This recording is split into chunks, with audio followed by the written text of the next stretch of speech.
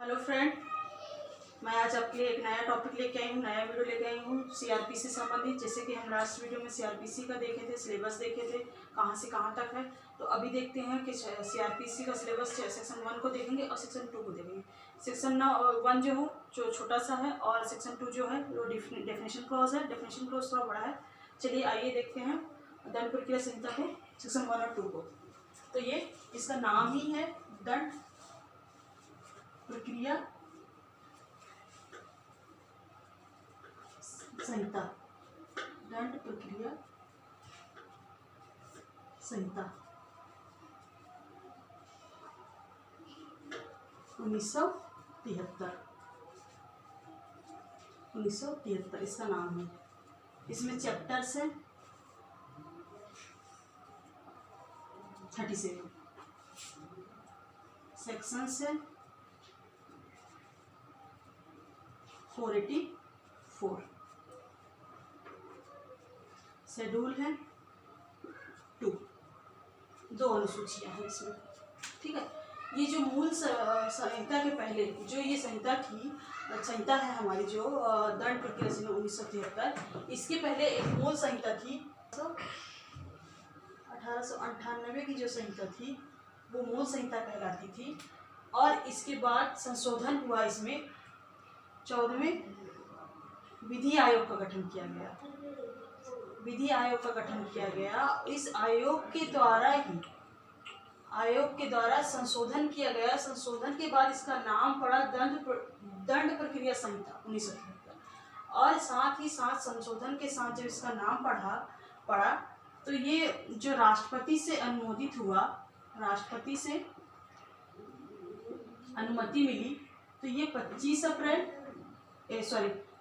जनवरी सन 1974 को मिली।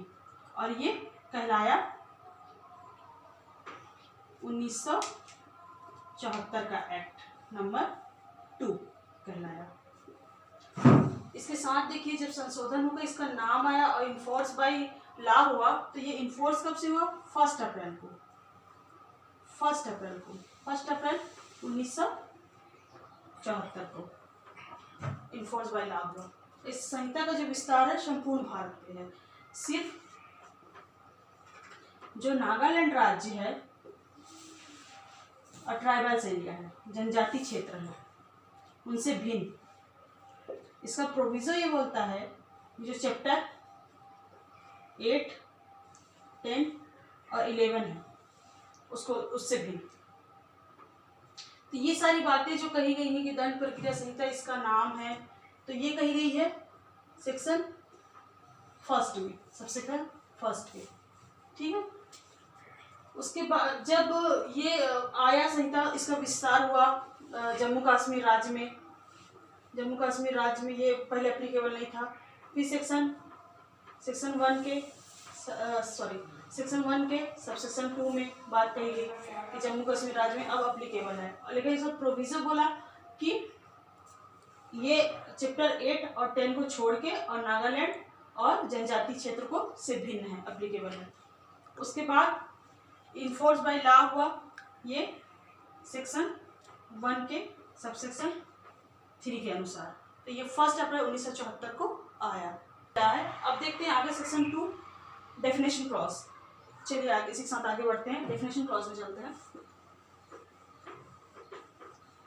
आज definition clause में 25 डेफिनेशन क्लॉज है जो पूरे संहिता में एप्लीकेबल है, जिसको हर एक वर्ड क्या है अपने आप में अलग महत्व रखते हैं। आज इसको देखते हैं 25 डेफिनेशन क्लॉज के वर्ड्स जो हैं। चलिए सेक्शन 2 देखते हैं। सेक्शन 2 डेफिनेशन क्लॉज, परिभाषाएं जिसको बोलते हैं, हर एक वर्ड से संबंधित जो एक्ट में एप्लीकेबल है, परिभाषाएं इससे संबंधित है, ये पूरे एक्ट में एप्लीकेबल है। एक इसको याद करने का, कई स्टूडेंट बोलते हैं इसको कैसे याद करें। तो इसको याद करने का एक ट्रिक है कि ये अल्फाबेटिकल ऑर्डर में है। अल्फाबेटिकल ऑर्डर जैसे कि 2A में 2A से ना स्टार्ट हो गया, ये B से स्टार्ट हो रहा है तो 2A, लेकिन bailable offence, bailable bailable offence. तो हम देखते हैं बेलेबल ऑफेंस क्या होता है। बेलेबल ऑफेंस वो ऑफेंस है जो विधि द्वारा, उस समय प्रवर्त विधि द्वारा अप्लीकेबल है, इन्फोर्स बाय लॉ है, और दूसरा जो कि फर्स्ट शेड्यूल में बेलेबल ऑफेंस बताया गया, और जो अजमानती अपराध से, नॉन बेलेबल ऑफेंस से भिन्न है, वो क्या है, बेलेबल ऑफेंस है। आगे चलते हैं 2B में। 2B जो है वो चार्ज है। चार्ज जो है कोर्ट में मजिस्ट्रेट द्वारा फ्रेम किया जाता है। जब पुलिस रिपोर्ट पेश हो जाती है, चालान पेश हो जाता है, उसके बाद चार्ज मजिस्ट्रेट फ्रेम करता है। चैप्टर 17 के सेक्शन 211 से 224 के बीच में उसमें मजिस्ट्रेट कोई भी फेरबदल भी कर सकता है। तो चार्ज वाले चैप्टर में देखेंगे। अभी देखिए ट्रू चार्ज, और जो ये अपराध का शीर्ष होता है, हेड होता है। अब देखिए 2C, ए आ गया, बी आ गया, सी आ गया। सी से कॉग्निजेबल ऑफेंस,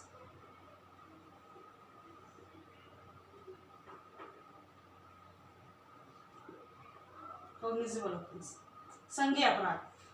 संज्ञेय अपराध क्या है? संज्ञेय अपराध यह है जो फर्स्ट शेड्यूल में दिया गया है, बिना वारंट के गिरफ्तार कर सकता है, और जो तत्समय प्रवर्त विधि द्वारा जो ऑफेंस किए गए हैं, अपराधी बताए गए हैं, वो कॉग्निजेबल होगा, संज्ञेय अपराध है।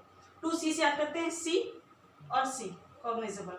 ठीक है, इसी साथ आगे बढ़ते हैं 2D। 2D में क्या है? कंप्लेंट।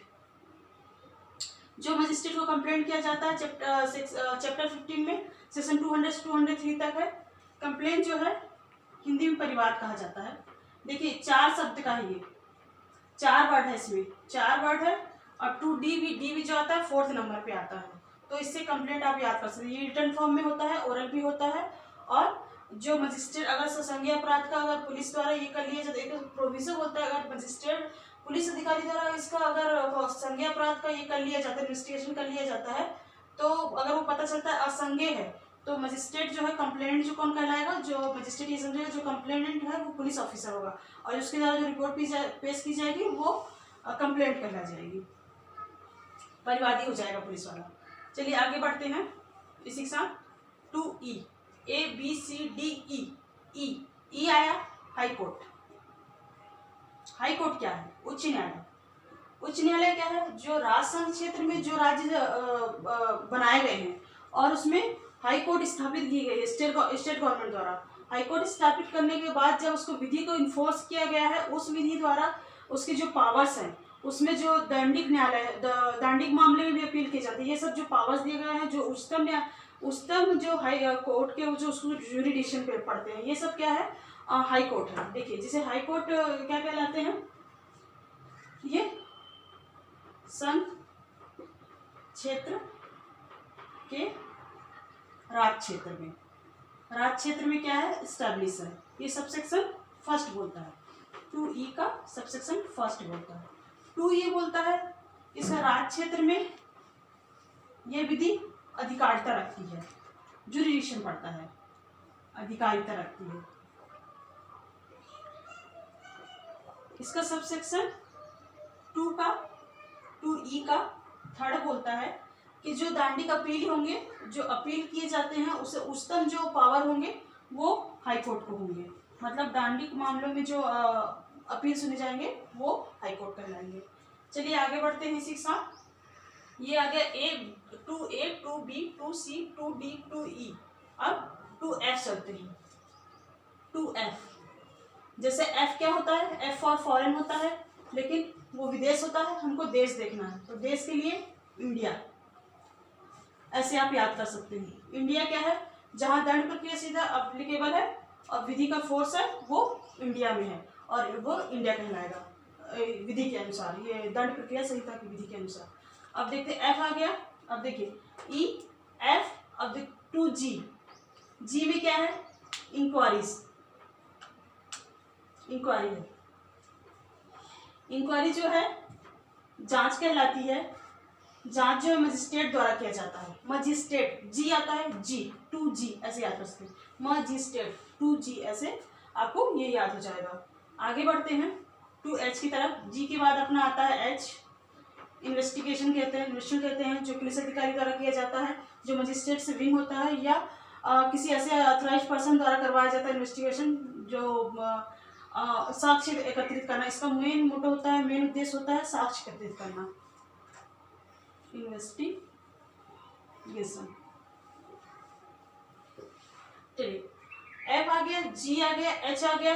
अब एच के बाद क्या आएगा? Two I, jurisdiction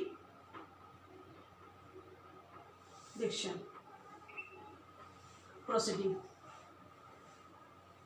jurisdiction proceeding, jurisdiction, री आ रहा, I, I, two I, jurisdiction proceeding ऐसे याद कर सकते हैं आप। न्यायिक कार्रवाइयाँ, न्यायिक कार्रवाइयाँ जो होती है ओथ पे करवाई जाती है और वो कोर्ट की प्रोसीडिंग होती है। आगे चलते हैं, H I J, local jurisdiction,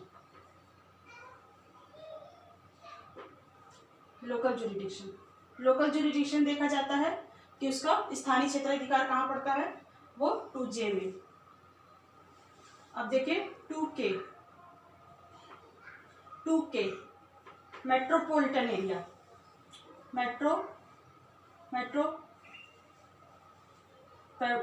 metropolitan area जो सेक्शन 8 में बताया गया है। सेक्शन 8 में बताया गया कि जो 1 मिलियन पीपल से अधिक है वो मेट्रोपॉलिटन एरियाज कहलाएंगे और वो मेट्रोपॉलिटन मजिस्ट्रेट द्वारा सुने जाएंगे। 2K में डिफाइन किया गया है। इसी के साथ आगे बढ़ते हैं। देखिए अल्फाबेट के ऑर्डर में है 2A, 2B, 2C, 2D, 2E, 2F, 2G, 2H, 2I, J, K, 2L देखते हैं। 2L देखिए 2L जब हमने देखा था यहाँ पर कि 2C कॉग्निजेबल ऑफेंस से स्टार्ट है और 2L नॉन कॉग्निजेबल ऑफेंस। इसमें तत्सम प्रबंध विधि द्वारा जो ऑफेंस है फर्स्ट शेड्यूल में दिया गया है। अपराध के जो बिना वारंट की गिरफ्तारी के बारे में बात कही गई है, ये नॉन कॉग्निजेबल ऑफेंस होते हैं। और देखिए इससे ऐसा सी, जैसे आप क्लास की स्पेलिंग लिखते हैं CL, है ना, सभी को याद है। तो C cognizable offence, L non cognizable offence, ऐसे 2L आप याद कर सकते हैं। इसके बाद आगे बढ़ते हैं। K हो गया, L हो गया, J, K, L, M, 2M। M में क्या है? नोटिफिकेशन। नोटिफिकेशन क्या है? अधिसूचना है। अधिसूचना क्या है? जो गजट में पब्लिश करवाए जाते हैं। जो ऑफिशियल गजट होते हैं उसमें कोई भी सूचना जो होती है राज्य से संबंधित, केंद्र राज्य से संबंधित, उसमें पब्लिश कराई जाती है, वो नोटिफिकेशन कराती है। 2M में डिफाइन है। इसी के साथ आगे बढ़ते हैं। 2N ऑफेंस के बारे में बात करता है। ऑफेंस जो दंड प्रक्रिया संहिता 1860 में बताया गया ऑफेंस सेक्शन 14 बताया गया है और जो ऑफेंस उस विधि में बताया गया और इस विधि में वो दंड अपराध कहलाएंगे, ये बताई गई ये बात। चलिए आगे बढ़ते हैं। आगे बढ़ने के साथ ही 2N तक अपन आ गए थे। अब आगे देखते हैं।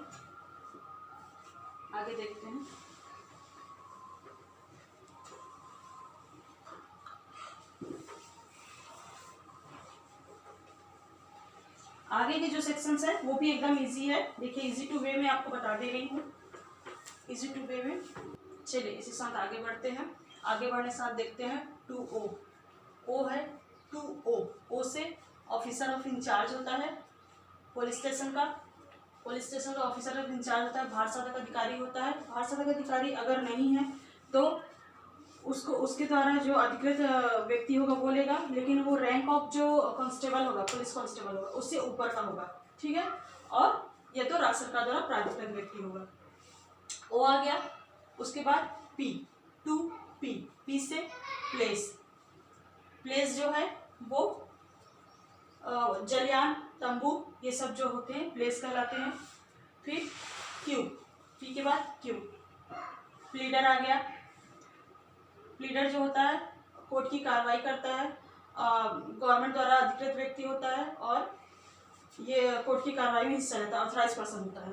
जैसे ये इसको याद करना है, आप कैसे करेंगे? प्लीडर P को ऐसे मोड़ दीजिए, इधर कर दीजिए, Q बन जाएगा Q। तो 2Q, OPQR, 2R। R कैसे आया? Police report. पुलिस रिपोर्ट क्या है? पुलिस रिपोर्ट वो है जो सेक्शन 173 के सबसेक्शन 2 में बताया गया है। पुलिस रिपोर्ट मजिस्ट्रेट के सामने पेश करते हैं पुलिस वाले, पुलिस के भारत साधक अधिकारी, तो वो पुलिस रिपोर्ट कहलाती है। सेक्शन 173 के सबसेक्शन 2 में बताया गया है जो बात। 2R से रिपोर्ट 2R। आगे बढ़ते हैं। OPQRS। 2S क्या है?